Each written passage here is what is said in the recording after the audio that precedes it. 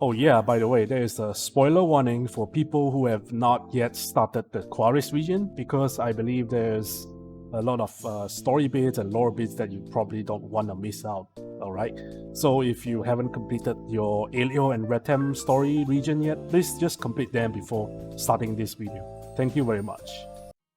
Crawford realized that the current firing mechanism and the barrel is just not be possible to be able to defeat the Darkfel's interception fully.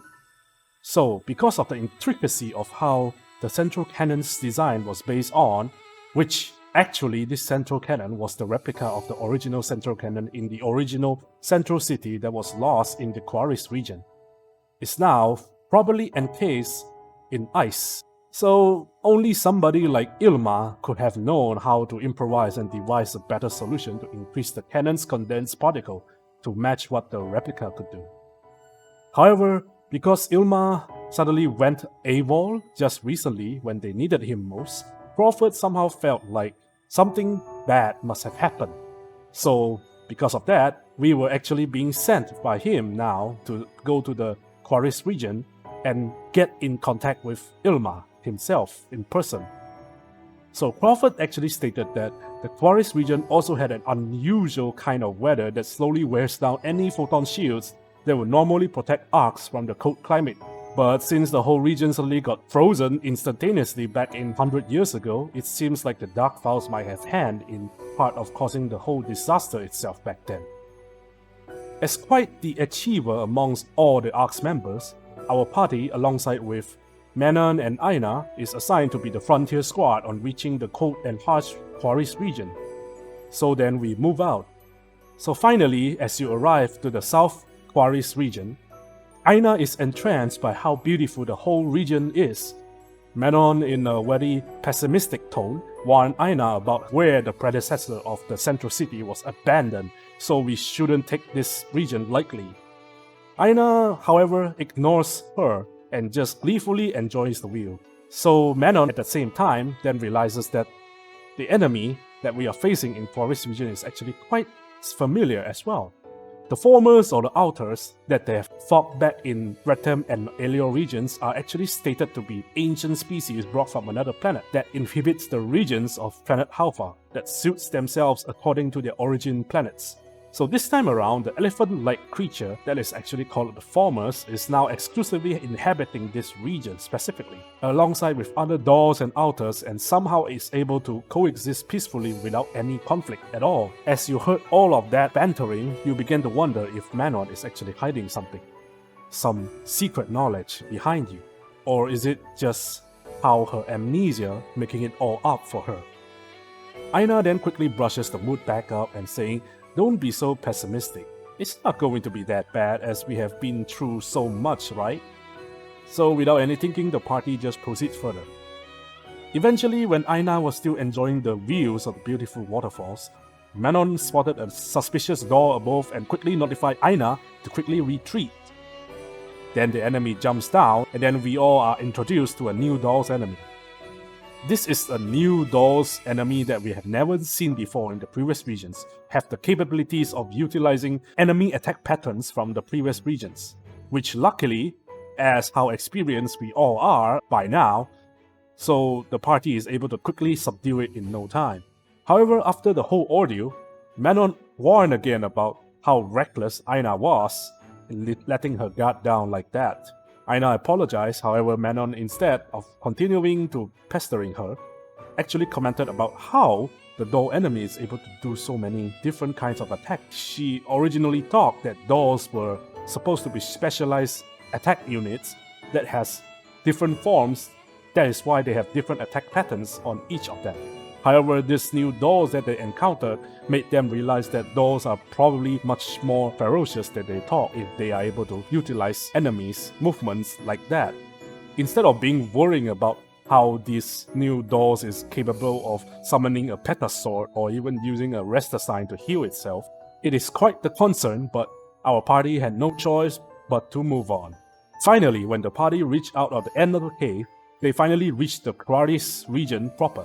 Aina was impressed by the view. Then suddenly there is a weird beeping sound of a robot suddenly approaching them. The robot was somehow reacting to us, but is actually able to determine us as a friendly somehow. When Aina was wondering what that thing is about, suddenly a character shouted at behind and asked them to freeze. Surprisingly, she looks like Irma a lot. But then, once she removed her helmet, it's actually just Irma's little sister, named Mary. The party wasn't surprised at the revelation at all, but at least they are glad to have found their first contact person, reached by Pfft previously. Manon observed that she was holding a weird weapon that is akin of a hammer, and asked, perhaps it's a wand weapon? While Mary replied, yeah, pretty much, it's specially crafted to be used by our family members. Who are you guys anyways?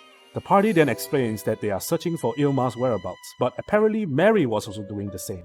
Them knowing each other is just ARX members finally makes them a sigh of relief. Mary then instead told the party that staying out here isn't safe at all. Let's return to the lodge before the storm arrives. Manon was shocked and then asked, wait, how do you know about the whole storm situation going to happen? Mary then quickly replied, you guys are definitely new here, huh? Everyone is on guard all the time, especially in the Kvaris region, as they all know how dangerous the threats are here, especially in snowstorms. As a person who has been living here for such a long time, this kind of instincts just naturally came, I suppose. Let's not face the Gigantics while we are talking here. Alright, Aina was perplexed, also voiced out about how their lodge could be any safer at all if the Gigantics is able to spawn at their doorsteps. Mary just answered, aha, I knew you were gonna ask that, she said proudly. You see, our grandpa was a brilliant engineer and architect. It's said that anything built by him is going to last for a lifetime. And he also built that lodge, by the way. Seeing how they are able to live inside the lodge since they are born, Manon concluded that the lodge was actually created by materials that are even stronger than how it looks. The density of the building materials are even stronger, reinforced in such a way that the photons are completely neutralized when you are inside the structure. So she believed that basically the Gigantics would actually try to avoid this location instead of actually destroying it. Fascinating, Manon proclaimed, as it would actually make sense now that Pfft requires Irma's help on fixing the central cannon, because they are really something else. So they entered the lodge together. Okay, hold on a second. If you are an NGS player who has completed the story and you might be thinking right now, wait, where have I heard that part from? Or did I hear that right? Was that part of the story? Was it this deep? Well, then I'll have to unfortunately say that you are correct, my fellow ARX. All the lore pieces and lore drops by the NPCs are all fabricated by me. Most of the story section don't exist at all when you play the story mode in the new Kvaris region. I mean, once you heard about how the house is made out of materials that can be able to withstand against the Gigantics, I believe a lot of people will probably realize it. But I just stop it there because, you know, it's pretty obvious that it's all fabricated by me. And I don't really want to write more nonsense into the whole story, right? To show that actually SEGA can create a much better story than this. Now, SEGA, you guys really need to create a much more compelling story. Like, really. Like, if you look at the whole region designs of Elio, Retem, and even Kvaris especially, like, there's plenty of things to be explored instead of just, you know, some random data pods that explain nonsense out there. At least drop something very, very crucial so that our lore keepers or our people who like lore at least can explain what is going on here in the Kvaris region. But so far, I have been finding and scavenging all the data pods out there, and so far only several of them are giving me story bits. The rest are just pointless banters. So yeah, I don't really wanted to complain that much about story mode of any game, especially like, you know, New Genesis. And I believe there is reasons why they wanted to make the story so short. Probably because they believe that most of the players don't really like stories at all. They don't really want to go through stories, and they usually skip the story parts at the cutscenes. So that's why they make the story in such a way that it's pretty insignificant. if you skip them all. But really, I don't really think you can do that when PSO2, I mean the base PSO2 has such a deep story. Like every character in that game had something to do with the story. Like even if they are insignificant, they are still, you know, built very well, or they have their very good function. They at least have some purpose in the story. But in New Genesis, every NPC seems to be just like an NPC. It doesn't make sense at all. Like, I understand that the developers are preoccupied on developing content for New Genesis, like the whole open world, the whole combat systems, and all the features that they wanted to implement is probably taking a lot of time. But geez, at least make some decent story out of such a short story span, alright?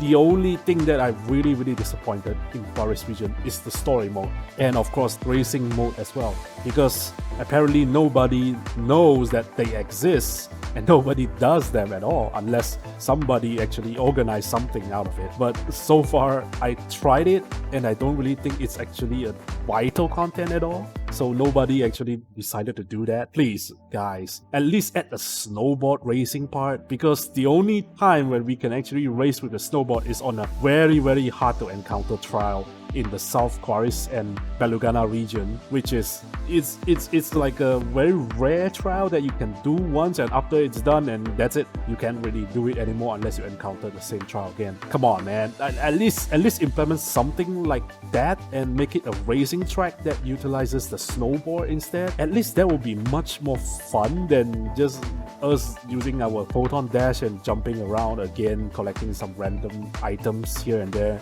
Really? I thought, you know, we can like do the Sonic Riders whole thing in a certain closed environment that we can actually play together with our friends, so you can just Sonic ride everywhere, but apparently not. Only certain regions have that snowboard, and you can't even use the snowboard in regions that you think it might actually benefit in, but nope, we cannot ride the snowboard in the Gorge region as well, despite, you know, being such a flat map it is.